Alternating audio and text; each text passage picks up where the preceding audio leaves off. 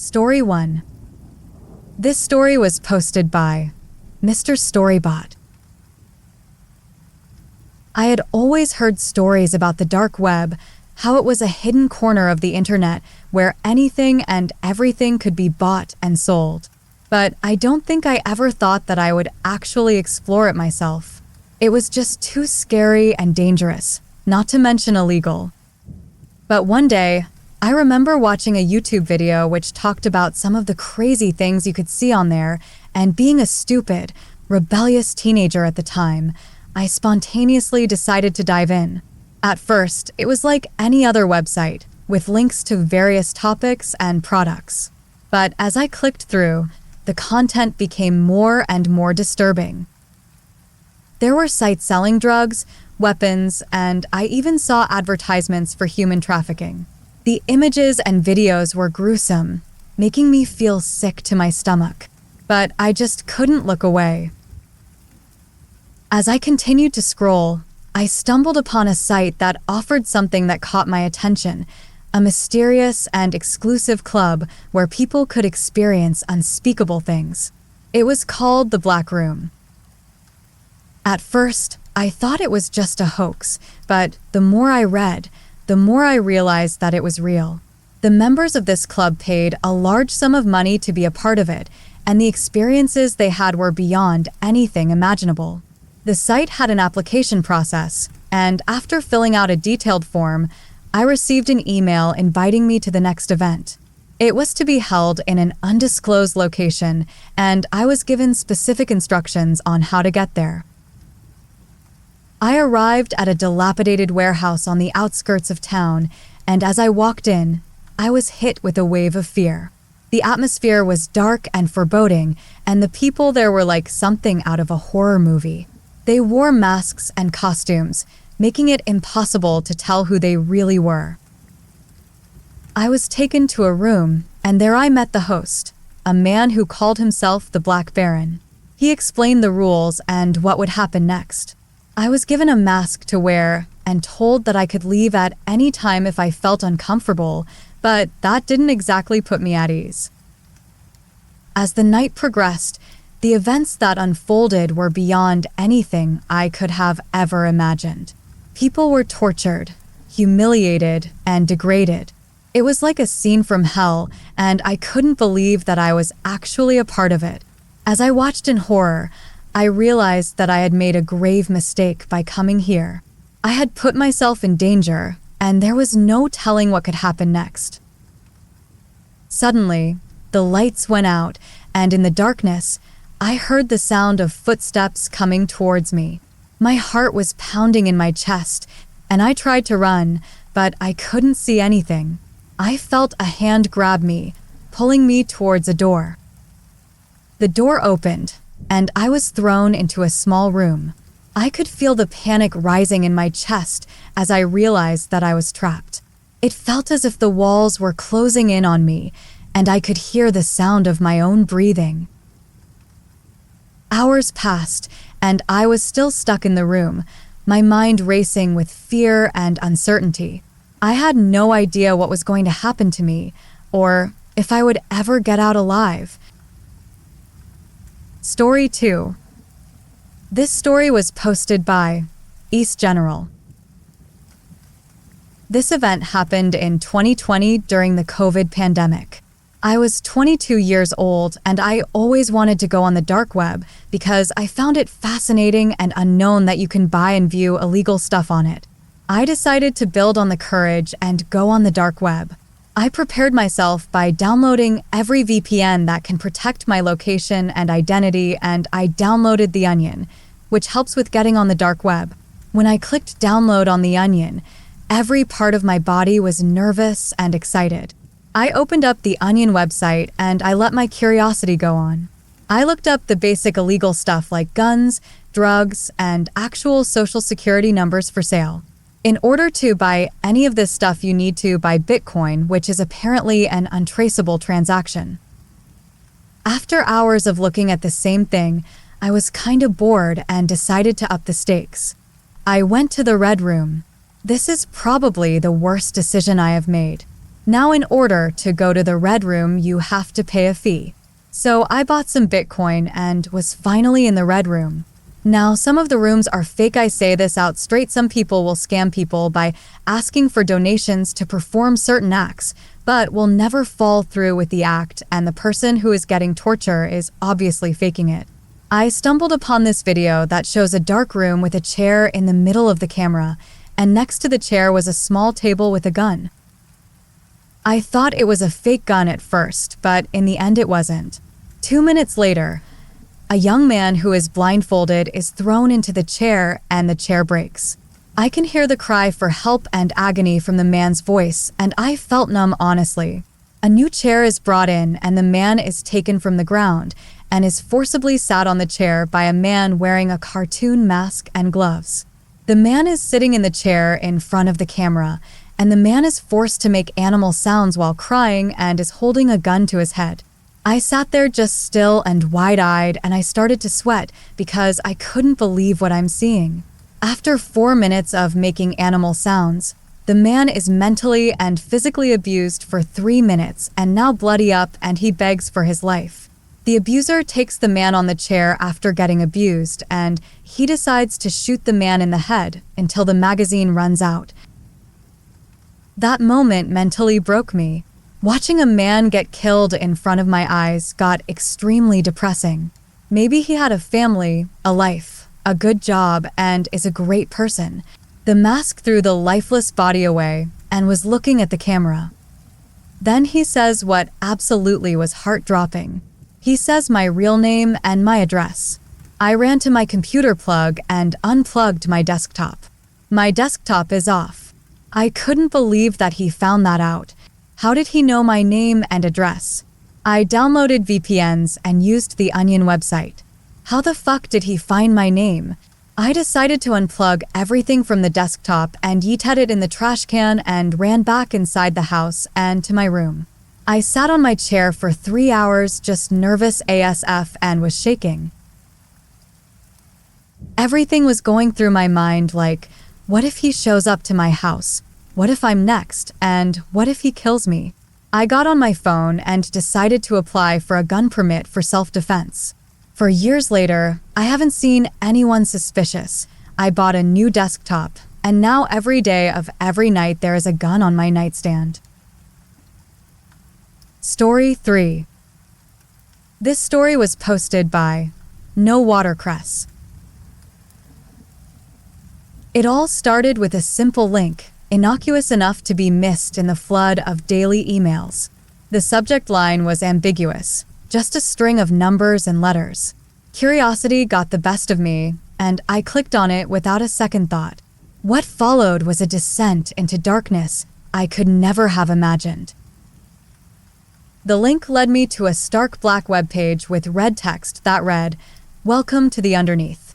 Beneath it, a small, blinking cursor invited me to type. My fingers trembled as I hesitated. A voice in my head whispered that I should close the tab and forget about it, but the pull was too strong. I typed, "What is this?" and pressed enter. The screen went black, and then a line of text appeared. "Do you seek knowledge or fear?" My heart raced, and my mouth went dry. What kind of site was this? Was it some kind of joke? Before I could process my answer, the cursor blinked again. Compelled by an unseen force, I typed, "Knowledge." As soon as I did, the screen filled with lines of cryptic symbols and distorted images. The eerie silence was broken only by the hum of my computer. Suddenly, the screen went black again, and a message appeared, "You will not return the same." A chill ran down my spine, and I could feel a sinister presence watching me. The room seemed darker than before, and shadows danced across the walls. A sudden burst of static from my speakers made me jump. The screen displayed a series of images, dark alleys, blood-stained floors, and eyes peering from the shadows. I knew these were real, not just images on a screen. These were moments captured from a world I never wanted to know. My breathing grew ragged as I realized the images were not just scenes from some horror film, they were premonitions of my future. I slammed my laptop shut, but the echoes of the dark web lingered in my mind. I knew that this was just the beginning. Story 4. This story was posted by Gaming with Andy. As I sat alone in my dimly lit bedroom, surrounded by stacks of dusty books and creaking floorboards, I stumbled upon something that would change my life forever. It was an old laptop, tucked away in a forgotten corner of the attic, covered in cobwebs and grime. The screen was cracked and the keyboard was sticky with dried spills, but it still worked.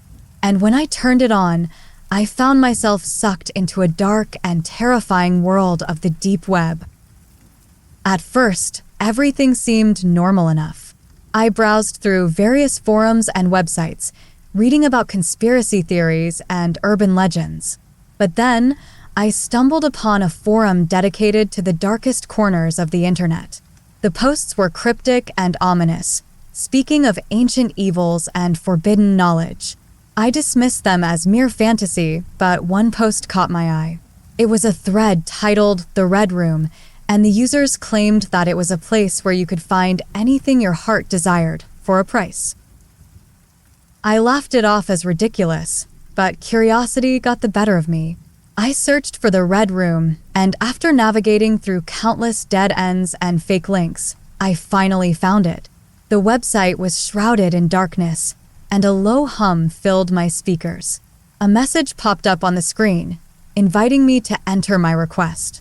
I hesitated for a moment, wondering if this was some kind of prank or a trap, but my desire for adventure won out. I typed in my request, "I want to see the most frightening thing imaginable," and hit enter. The room went black, and all I could hear was my own breathing. Suddenly, a figure appeared before me, tall and imposing, its face obscured by shadows. It spoke in a voice that sent chills down my spine, offering me a glimpse into the depths of madness and terror. I tried to back away, but my feet felt rooted to the spot. The figure leaned closer, its breath cold and rank, and whispered something in my ear. I can never remember what it said, but I knew that it was the last thing I ever wanted to hear.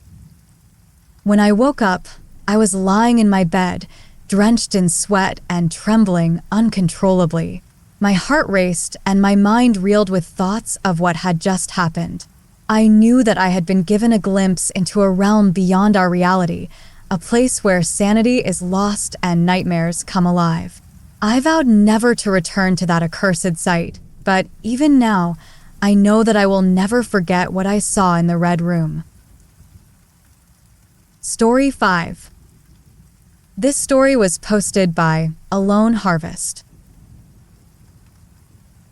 Now I know this sounds like common sense, but as I am writing this, I have a black figure pointing a gun at the back of my head. This all started a week ago when I was scrolling on TikTok, and then I saw a tutorial to go on Tor. Now any sane person wouldn't download Tor, but I did, and boy was that a mistake.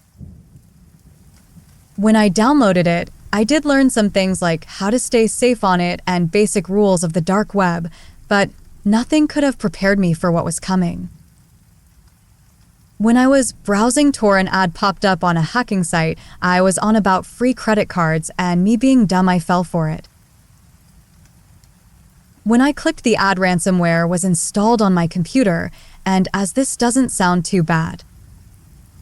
A chat room then popped up and someone said, "I see you." Now, when you are on the dark web and someone says that you are screwed, I stupidly respond to the message with, "Who are you? If you keep trolling me, I will find you and your life." Now, as stupid as that sounds, having authority is critical when on the dark web. After that, he wrote 2 words that will shock me forever. "Found you." Now I said, "Sure," until he sent a picture of my house, and then a picture from my webcam, and knew I was screwed. I quickly exited the dark web and closed my laptop forcefully.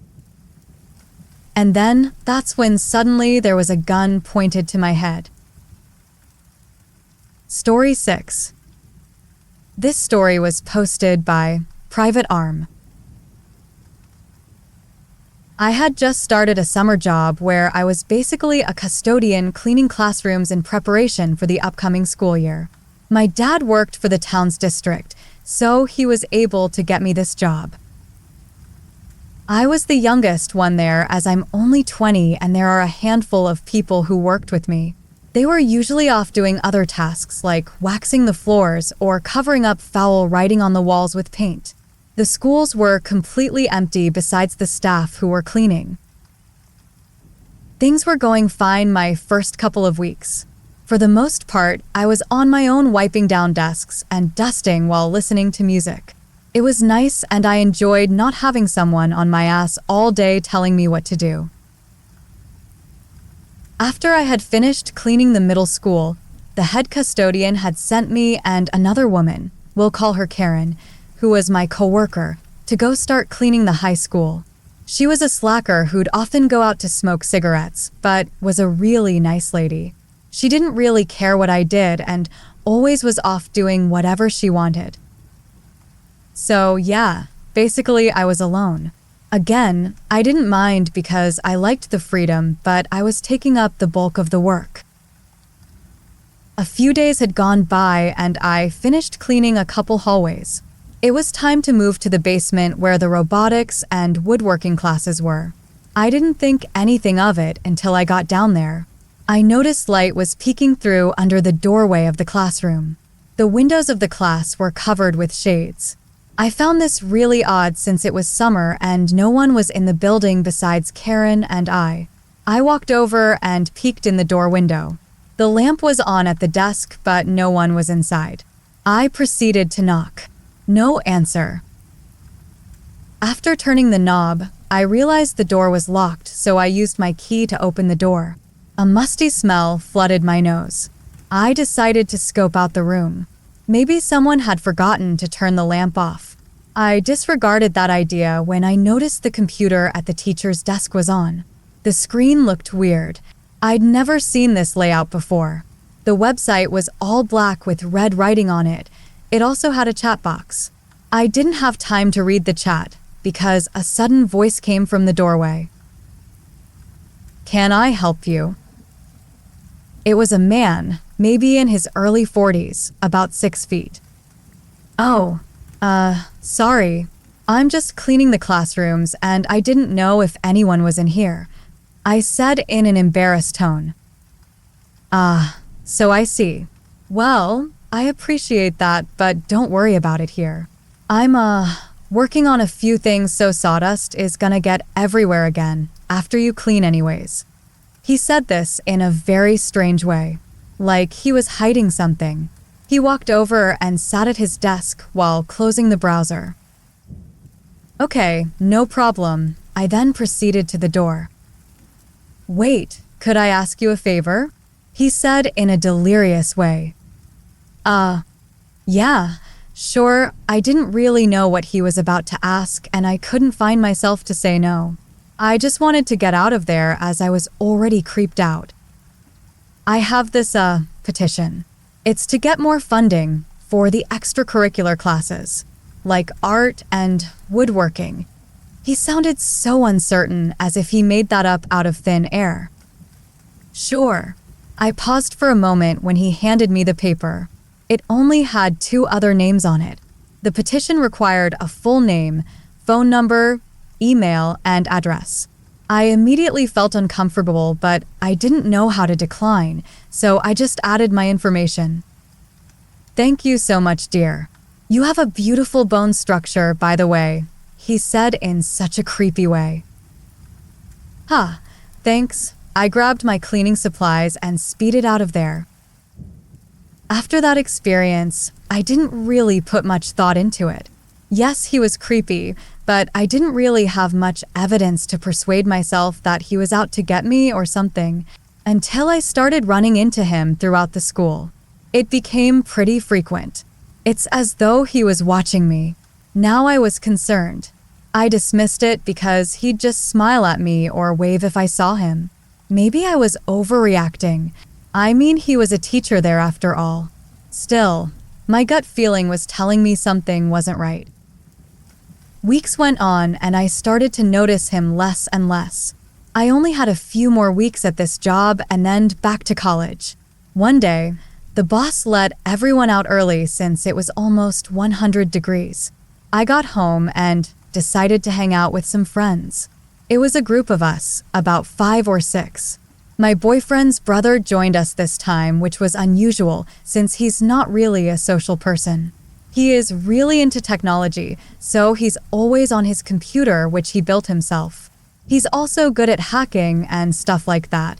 Anyways, that day he told me he needed to talk to me and it was serious. I conceded because we weren't close, so it must have been legit. He brought me into my friend's living room and pulled out his laptop. To my surprise, he was on the deep web. "So, you were up for bid on the deep web." He hesitated. "Wait, what?" I knew how the deep web worked. I would often listen to horror stories, but I'd never been on it, so how would my info even be out there? It suddenly clicked. The webpage matched the one I saw in the classroom a month back. I had also given my info to that guy. My heart felt like it dropped to my stomach. I explained this to my boyfriend's brother. He advised me to call the police immediately, which is what we did. They did an investigation on the teacher and found the activity on his computer. Not only that, but he had several girls' information along with pictures. Some of the girls were minors too. There were also wooden contraptions they found in his home, which he probably made in the shop. He probably planned to use them on these girls or me. I was disgusted, but relieved that he was caught. I often wonder what would have happened if the page was never discovered. Would he have kidnapped me and killed me online for these sick people? I don't know, and I don't want to know. I changed my number and moved since the incident. This just goes to show you can never give out your personal information. Story 7. This story was posted by Neckhats. I am a small YouTuber who makes scary and creepy videos because I always like the chills and the idea of the paranormal. So when the whole trend with unboxing mystery boxes from the dark web became popular, I jumped right in. The only problem was that I had to buy it in Bitcoin, which I never used. After trying for a while to exchange my real money to Bitcoin, I was finally able to do it. So I placed the order and waited patiently for the package. A few days passed by and it finally came. I was so excited and nervous at the same time to see what the mystery box would contain. I set up all my camera gear and microphones, I cleaned the table and put on some gloves. I started recording the unboxing and you could see the excitement on my face. I cut open the box with a pair of scissors and the first thing I saw at the very top was a note with my name and my address on it. That freaked me out a little, but I could think of a logical explanation. Under the note was a big box and a few envelopes. I thought that the box would be more interesting, so I started with the envelopes to leave the best for last. I opened the first one and it had a few pictures of different places all over the world. All of them had one thing in common. I have gone for holidays to all those places. It can't be. It must be a coincidence, I thought. That's when I looked more clearly at the pictures. In the background, I could see myself with my family. All of them included all 4 of us in the photo. Could it really be? Did my family have a stalker? I didn't believe it. I didn't want to continue unboxing, but curiosity got the better of me. So I opened the next envelope and it also had pictures, this time of my house. You could see the whole house from every point of view. And some of the photos were even taken near the windows and I could see the interior of our house. I was so creeped out.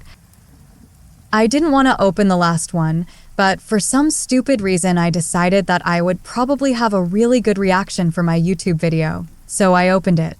Right away I regretted my decision. This time the pictures were from the inside of my house. You could see my sister opening the fridge, my dad watching TV, my mom cleaning the dishes, and many others. What freaked me the most was when I saw a selfie of a masked man next to my bed while I was sleeping. This whole situation gave me a severe headache. I wasn't thinking clearly. There were so many questions on my mind. The last thing in the package was the small box that I hadn't opened yet. I got so far, I couldn't just leave it there like that. So I took one deep breath and cut it open. I almost fainted when I saw what it had inside. There were bones, not human bones, but dog's bones. I could tell from the collar that it was my dog Charlie, who died 3 years ago, and we had buried him in our backyard. I couldn't handle it anymore, so I went to the bathroom and puked. I took a few minutes there, lying on the floor to comprehend everything that happened. Without second thoughts, I grabbed everything and ripped it, and then I burned everything. I didn't want to have any memories from anything that happened that evening. I will try as hard as I can to forget everything. I wanted to act like all of this didn't ever happen, but it was impossible. I never told my family about it and never will. I, of course, deleted all the footage and never uploaded the video. I even took a 1-year break from my YouTube channel. After that, I started forgetting the event and my life started becoming normal again. That's when my phone rang. It was an unknown number. I answered. "Hello, Nick. Did you like the mystery box from 1 year ago?" said a person with a very, very deep voice. I was speechless and turned off my phone immediately. I still try to recover from that, and writing this story really helped me. And I beg you, please do not ever buy mystery boxes from the dark web. Story 8. This story was posted by Gaming with Andy. The dark web is a place shrouded in mystery and danger, a place where the darkest and most terrifying things lurk. And for one unsuspecting individual, it would become a nightmare beyond imagination. It all began when Sarah, a young computer programmer, stumbled upon a hidden link while browsing the internet. Curiosity got the best of her, and she clicked on it, not realizing the nightmare she was about to unleash. As she delved deeper into the dark corners of the dark web, Sarah stumbled upon a series of chilling videos featuring unspeakable acts of violence and depravity. The more she clicked, the more she realized that she was in over her head, but it was too late to turn back. Soon, she began receiving cryptic messages from an anonymous source, taunting her and threatening her with unspeakable violence. Sarah tried to block the sender, but the messages kept coming, each one more menacing than the last. Then, one night, as she lay in bed, Sarah heard a strange noise coming from her computer. She approached it cautiously, only to find her screen filled with grotesque images of mutilated bodies and the sound of eerie whispers emanating from the speakers. Terrified, Sarah tried to shut off her computer, but it wouldn't respond. Panicked, she unplugged it, but the screen still glowed with horrifying images, and the whispers grew louder and more insistent. In a state of sheer terror, Sarah fled her apartment, but the messages and images followed her wherever she went. She sought help from the authorities, but they couldn't find any evidence of the messages or the sender. As the days turned into weeks, Sarah's mental state deteriorated, haunted by the relentless torment from the dark web. She became a shell of her former self, living in constant fear and paranoia, unable to escape the grip of the dark web's malevolent influence. To this day, no one knows what happened to Sarah. Some say she vanished without a trace, while others claim she took her own life to escape the horrors of the dark web. But one thing is for certain, the scariest story about the dark web is the one that never truly ends. Story 9. This story was posted by Epic Man. About a week ago, I was extremely bored and decided that I could try and go on the dark web. I had heard of it many times and all the stories about it, but never believed them. So I went on YouTube to find some tutorials on how to get on the dark web because you can't just access it on your normal desktop browser. After some searching, I finally found a way to get something on the dark web. There was a web page that I was brought to with lots of links on it, and I clicked one of the links randomly. I was brought to a website called something along the lines of Real Red Rum or Real Red, something like that. I saw numerous videos or live streams of people getting very hurt, tortured, and killed. I willingly clicked on one of the live streams that didn't look as bad as the rest. I was wrong. At least that's what I think. So the first thing I saw was some man or woman tied up in a dimmed room that was red with a bag on their head, but I couldn't tell what gender they were. That wasn't my main concern. Though, what I really wanted to know was why they're tied up in a room with nothing but a red tinted light. After about 10 minutes of staring at my laptop, somebody finally comes into the room. They were wearing a black mask with a smile on it, and the rest they had on was dark, but so was the room, so I could barely tell what he had on other than the mask. At that point, I had already noticed a chat box with people asking when it was gonna start and when will the pain start. He asked the camera if we were ready, and most people watching typed in the chat replying with yes and yeah. I just curiously sat in my bed watching. Soon he started pulling out tools like hammers, knives, lighters. After a bit of hitting the person bluntly, he stabbed them a couple of times, and you could hear muffled screams. He yelled at the victim to be quiet, and they didn't listen. They were punished badly. He then pulled out these large nails that were at least 7 inches long. He started to hammer them through the victim's legs into the chair they were tied to. Then he blocked the camera to take the bag off and take whatever was blocking their mouth off. By the time the camera wasn't blocked anymore, all you could hear was gut-wrenching screaming. He then poured oil in the victim's mouth, getting some in their mouth. The chat box was going crazy, filled with either cheering or requests of things to do. Then he screamed at the victim to shut up again. They didn't. So he stuck a needle in them and they were put asleep or something. Then the masked man poured gasoline on the victim, who I now assume was a man by the tone of their screaming. He woke up right after he screwed the cap on the ghillie can. He started screaming once more. This time, though, he didn't tell him to be quiet in any way whatsoever. He just laughed like a madman and ignited the lighter, then put it up to his arm, and the victim burst into flames. I heard more screaming until it eventually stopped. He poured water on the body so the remaining flames would go out. The body was burnt beyond recognition, and then he started taking body parts off of the corpse and throwing them around until he told the camera that he knew that there were viewers that were horrified, and he admitted that the victim was a sex offender and deserved it. He then waved goodbye and kept laughing like it was the funniest thing he'd ever seen before he ended the stream.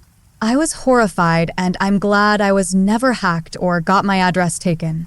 But I never want to see anything like that again. Story 10.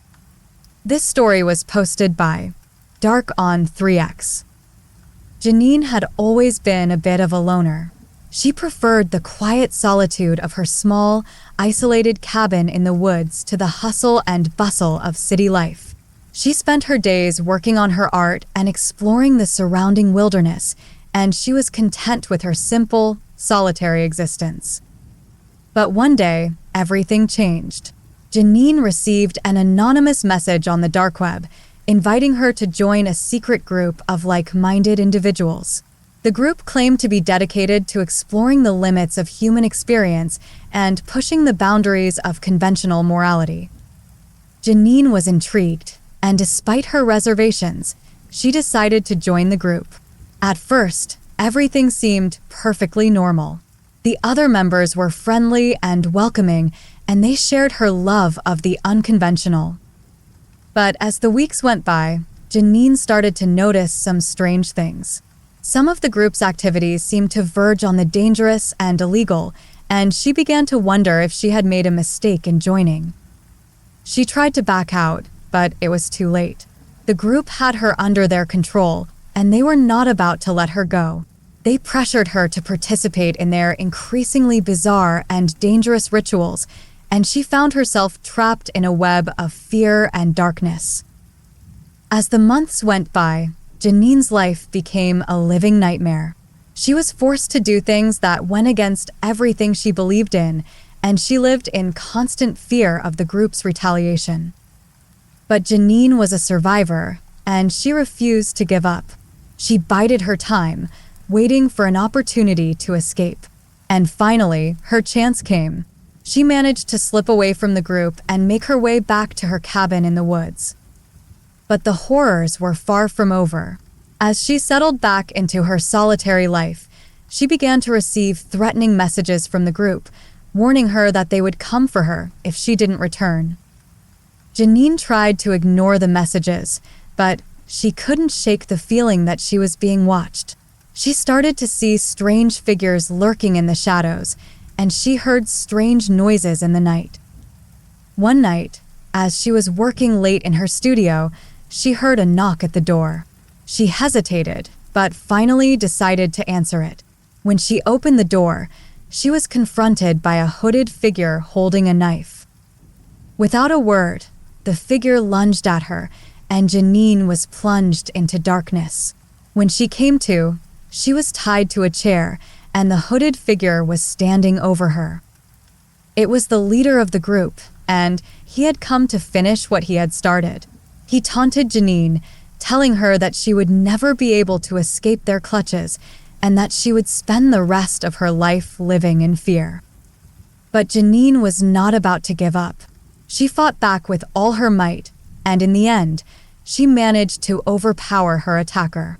She fled into the woods, leaving the dark web and the group behind her forever. From that day on, Janine lived a life of solitude, but it was a solitude of her own choosing. She knew that she would always be looking over her shoulder, but she was determined to never let fear control her again. Story 11. This story was posted by Gaming with Andy. It all started with a curiosity that bit too far. All it took was one Google search, and suddenly I was in deep. I had no idea how deep I was in, but I knew for certain that what I was seeing was unlike anything I thought I could find on the internet. I was scrolling through the dark web, exploring strange and mysterious websites, some hosted on Tor and some other strange subdomains. As I continued to explore, I came to realize that I was indeed in deep. Something about this place felt off. I felt like I was being watched and followed.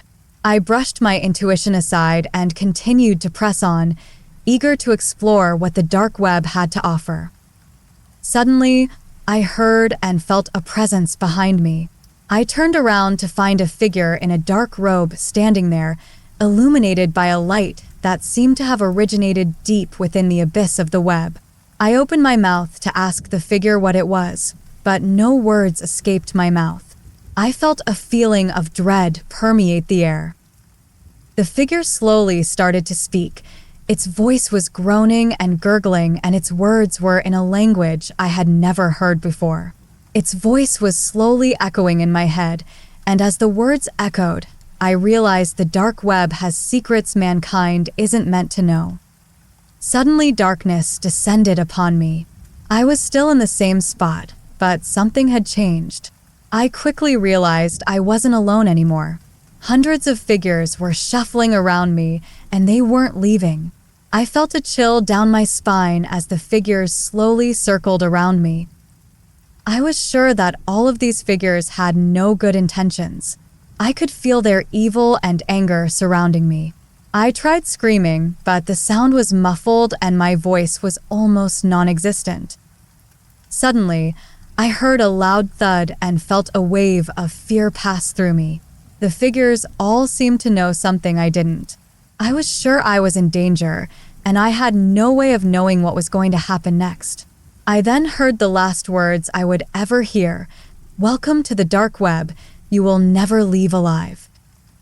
Story 12. This story was posted by Gaming with Andy.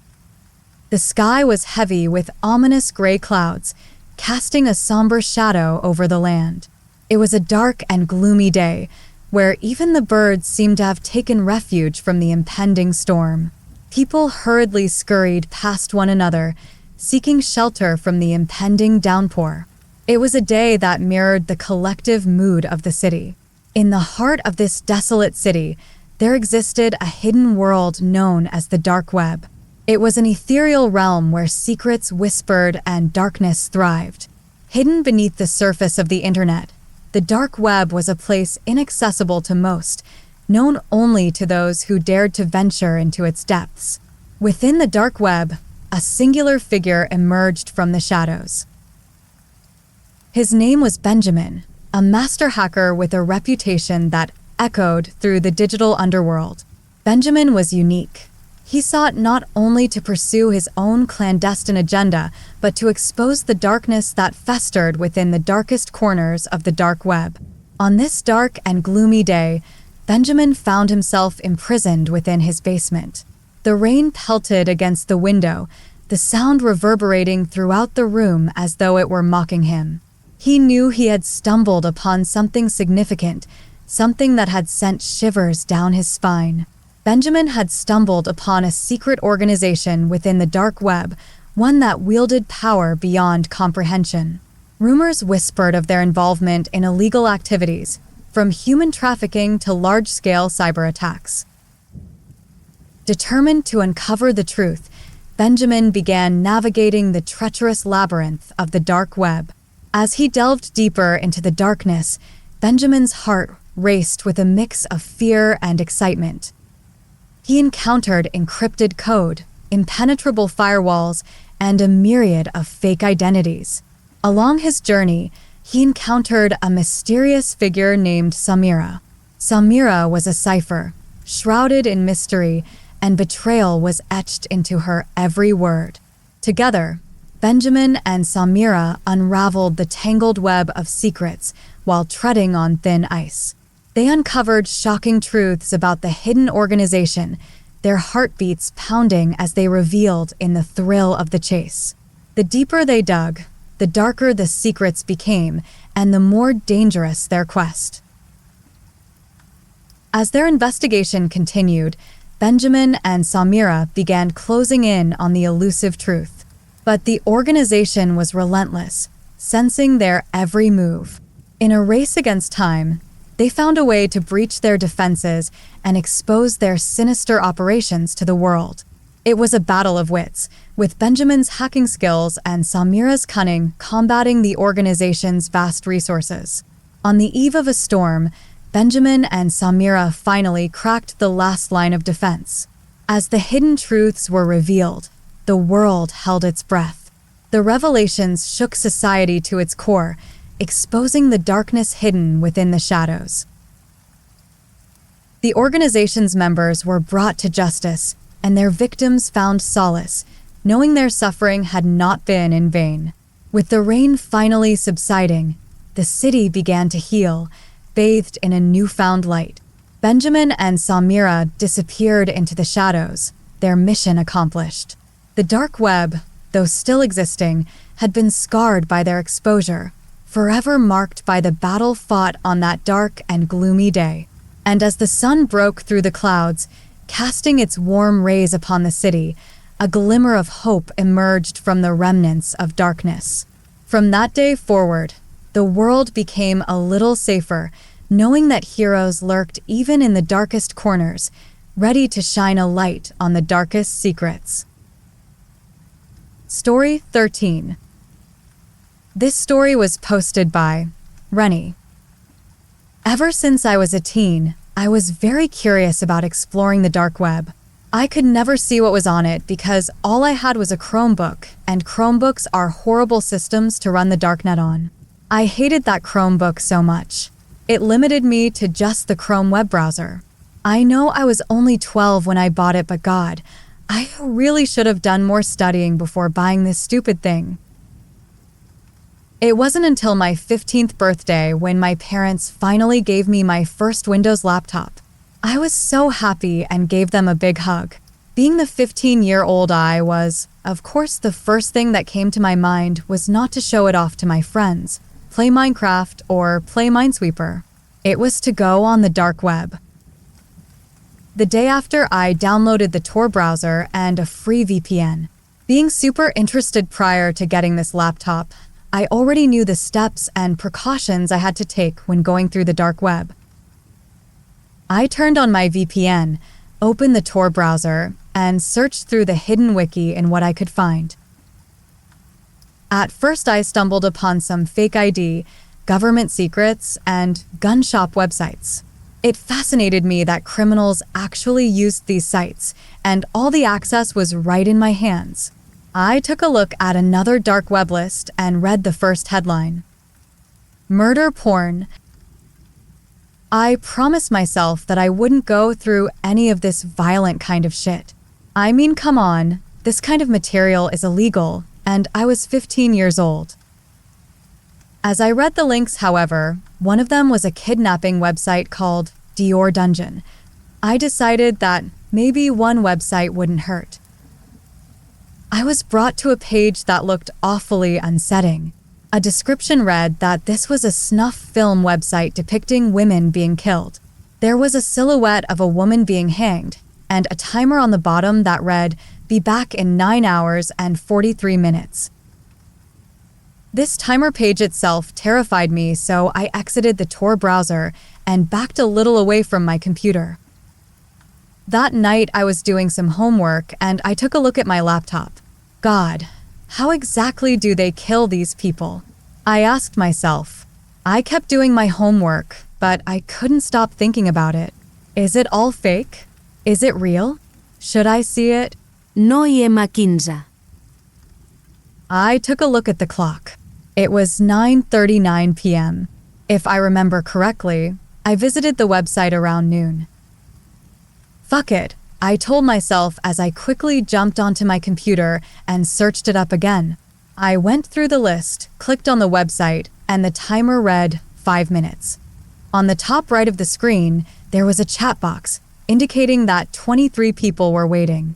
Some saw that I joined, so they said hi to me. I didn't want to get involved in the discussion, so I just ignored it. I kept looking at the timer as it was counting down. With 2 minutes left, the owner of the website joined the chat and said, "All right, fellas. Today, we have a 19-year-old Japanese girl." Everyone got excited, but I was terrified. The timer was now at 30 seconds, and I really wanted to leave, but for some goddamn reason I didn't. The timer reaches 0, and the screen changes. At first, it was an all-black screen, but then there was a live video of a young girl strapped onto a bed. She was screaming and crying, begging to be freed. Then a man wearing a gorilla mask came in and thanked everyone who joined the live show for coming here tonight. He got out a knife, and that's when I could hear my heart pounding. The girl was screaming as he got closer. He held the knife over her stomach and said to her, "Any last words?" All the girl could say was, "Please no," repeatedly, while sobbing and breathing heavily.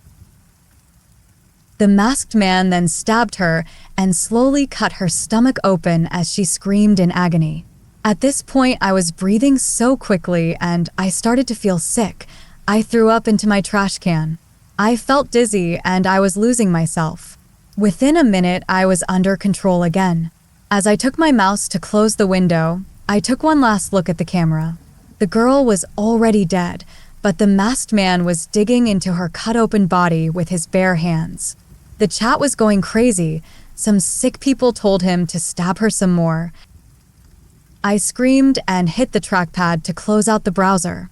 I just sat there and started crying. I couldn't believe I just witnessed a woman being murdered in one of the worst possible ways. Upon what happened, I deleted the Tor browser. That will be the very first and very last time I'll explore the dark web. I'm never going back there ever again. Story 14. This story was posted by Klung Jae. I've never been one of those people fascinated by the dark web. As a 16-year-old girl in high school, I had much better things to do. I'd prefer to hang out with my friends and get my nails done than spend all my time on the internet searching for this dark web. One day at school, though, my friend Kelly was telling me about how her boyfriend was dared to go on the dark web. There is some weird stuff on there. He said it was really creepy with videos of cults and sacrifices. Kelly said, "Why would someone even want to see that stuff? It's disgusting," I said. "Yeah, I wouldn't, that's for sure," Kelly said. At lunch that day, all my friends were talking about Robbie's dare and how one of us should do the dare. I didn't say anything as I did not want to even think about having to go on the dark web. Rape, killers, weapons, I knew what was on the dark web and I wanted none of it. "Hey guys, maybe Charlotte should do the dare," my other friend Christine said. "Heck no guys, I'm not going on that creepy website," I said quickly. They all started chanted now. Do it, do it. People were starting to stare as I turned red. Finally, after more people started to join and I gave up.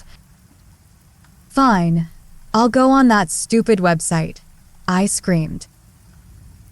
They all started to cheer with Kelly saying, "Okay, but just to make sure you do, you have to FaceTime me while you're going on, and don't worry, I'll have Robbie send you a link," she said with a smile.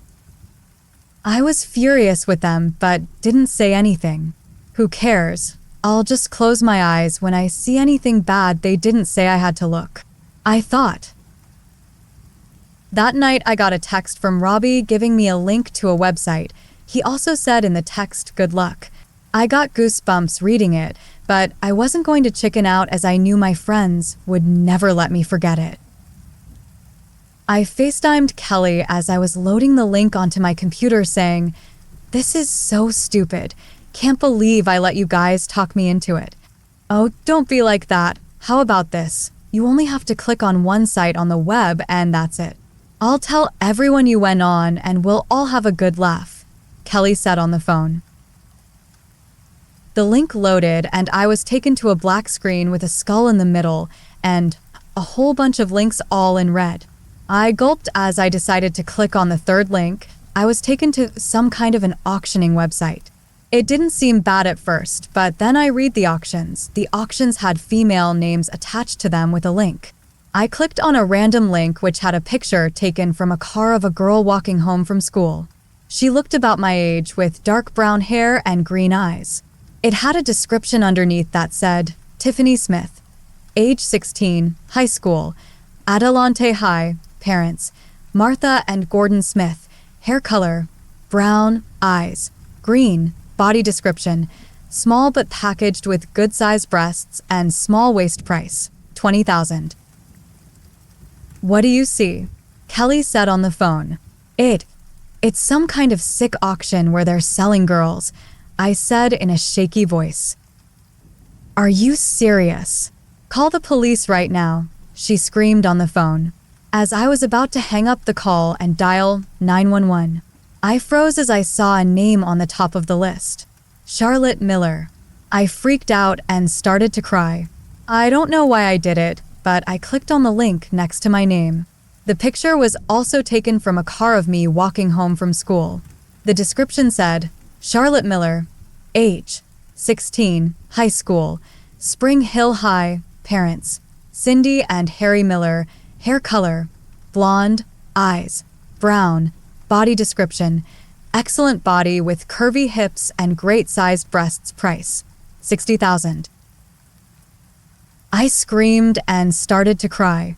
Kelly tried to talk to me, but I couldn't hear her. I hung up the phone and ran to my parents' room. They heard me and ran out of their room before I could even come in. I told my dad about the website which he and my mom checked on. They called the police shortly after. After looking at the website, they also said there was nothing they could do.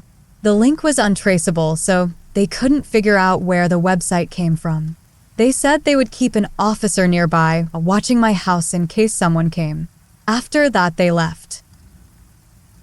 I slept in my parents' room that night. I didn't get any sleep as the image of me walking home from school and the description of me were all burnt into my mind.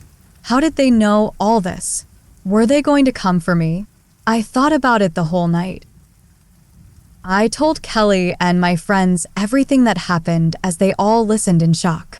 They apologized for making me go on the website and said that we should all hang out after and go shopping to get my mind off what happened. I agreed as we made plans to meet at the mall at 4. I asked Kel if she could walk home with me, but she said she was getting a ride from her mom. Panicking, I called my parents and asked if they could pick me up, but they weren't even home from work as they were stuck in traffic. I somehow got the courage to walk home by myself as I started walking to my house. You'll be okay. You're only 15 minutes away from your house and it's the afternoon. No one is going to do anything with people around. I thought to myself as I walked. As I walked, though, I could see out of the corner of my eye a man walking behind me, fast. I started to speed up my walking, but he followed and got faster as well. I freaked out and started to run and didn't look back. I ran all the way to my house as I fumbled for the keys to the front door. Just as I was about to put the key in, I felt a prick in my shoulder and the world faded to black. I woke up to find myself in a dark room, lit only by a computer right in front of me. On the computer, I saw that it was on Google Meet with at least 50 people in it. When I tried to move, I found myself chained to the ground. I screamed and pleaded for help from the computer with no avail. Then, as I looked in the camera, I saw a figure emerge from the shadows. He wore black jeans and a black hood. I couldn't see his face in the dark. He came up right behind me and spoke in a deep voice to the computer. How much? I saw in horror as the people in the meeting started numbering off prices. 60,000, 80,000, 90,000. The biggest price came shortly after, 115,000. There were no prices named after that. The man then spoke. Going once, going twice, sold. 2 days later, Kelly stares at the poster in her hand, tears in her eyes as she reads, Missing Charlotte Miller. She cries even more as she sees the smiling picture of Charlotte on the poster, looking so happy with her glistening blonde hair and brown eyes. Charlotte, I'm so sorry. Story 15. This story was posted by Francisco 32. Joseph sat in his dimly lit basement, his eyes fixed on the flickering screen of his laptop. The room was shrouded in an air of secrecy as he delved into the depths of the dark web. His curiosity had led him down this treacherous path, but little did he know that he was about to unravel a web of darkness that would consume him and his cousin Francisco. Joseph and Francisco were always drawn to the forbidden, seeking adventure beyond the confines of their mundane lives. When Joseph discovered the existence of the dark web, he saw it as a gateway to a hidden world filled with secrets and untold stories. Francisco, enticed by his cousin's enthusiasm, decided to join him on this clandestine journey. Their first encounters on the dark web were thrilling, exploring hidden forums and stumbling upon anonymous marketplaces. But as they dug deeper, they encountered a website that seemed to whisper their names, an enigmatic invitation into a realm where nightmares become reality. Against Francisco's warnings, Joseph clicked on the link, and the screen morphed into a haunting display of dark imagery. They found themselves immersed in an eerie game of survival, orchestrated by an unknown entity known only as the Puppeteer. Each task presented on the website led them deeper into a twisted labyrinth of moral dilemmas. The Puppeteer demanded they complete horrifying challenges, threatening dire consequences if they failed to comply. Joseph and Francisco's lives became entangled in a sinister game that seemed impossible to escape. As they navigated the treacherous path set before them, their courage and sanity were pushed to the brink. Their bond, once unbreakable, began to strain under the weight of fear and desperation. Joseph's obsession with unraveling the mystery consumed him, while Francisco yearned for escape from this malevolent nightmare. They encountered other players along the way, each trapped in their own web of darkness. Some became allies, while others succumbed to the puppeteer's twisted demands, their fates sealed in the shadows. The dark web proved to be an unforgiving playground, where morality blurred and survival instinct reigned. In their pursuit of freedom, Joseph and Francisco uncovered fragments of the puppeteer's identity, a faceless enigma who revealed the suffering of others. The cousins became determined to expose the puppeteer's true nature, to unmask the orchestrator of their torment. With each challenge conquered, their resolve grew stronger. They unraveled cryptic clues, piecing together a trail that led to a decrepit warehouse on the outskirts of the city, a labyrinthine lair where the puppeteer resided. As Joseph and Francisco cautiously navigated the grim corridors of the warehouse, the puppeteer's presence loomed ever closer. Their hearts pounded in their chests, every shadow appearing to hold the menace of their adversary. In a climactic showdown, they confronted the puppeteer, unveiling a face twisted by years of malevolence. The puppeteer revealed his power, taunting them with the intricacies of his game. But Joseph and Francisco, fueled by their bond and the resilience they had forged, stood united against this embodiment of darkness. Their final act of defiance shattered the puppeteer's reign. The warehouse erupted in chaos as the webs of deceit and cruelty were torn asunder. The cousins emerged from the ashes, scarred but free from the puppeteer's grip. In the aftermath, Joseph and Francisco vowed to protect others from the dangers of the dark web. They turned their experiences into a force for good, advocating for online safety and raising awareness about the perils that lurked within the shadows. Their story served as a chilling reminder to all who ventured into the abyss. The dark web was a realm of malevolence, where the line between curiosity and calamity blurred. Joseph and Francisco's journey through the web of shadows left an indelible mark on their lives, a testament to the strength of the human spirit in the face of unspeakable darkness.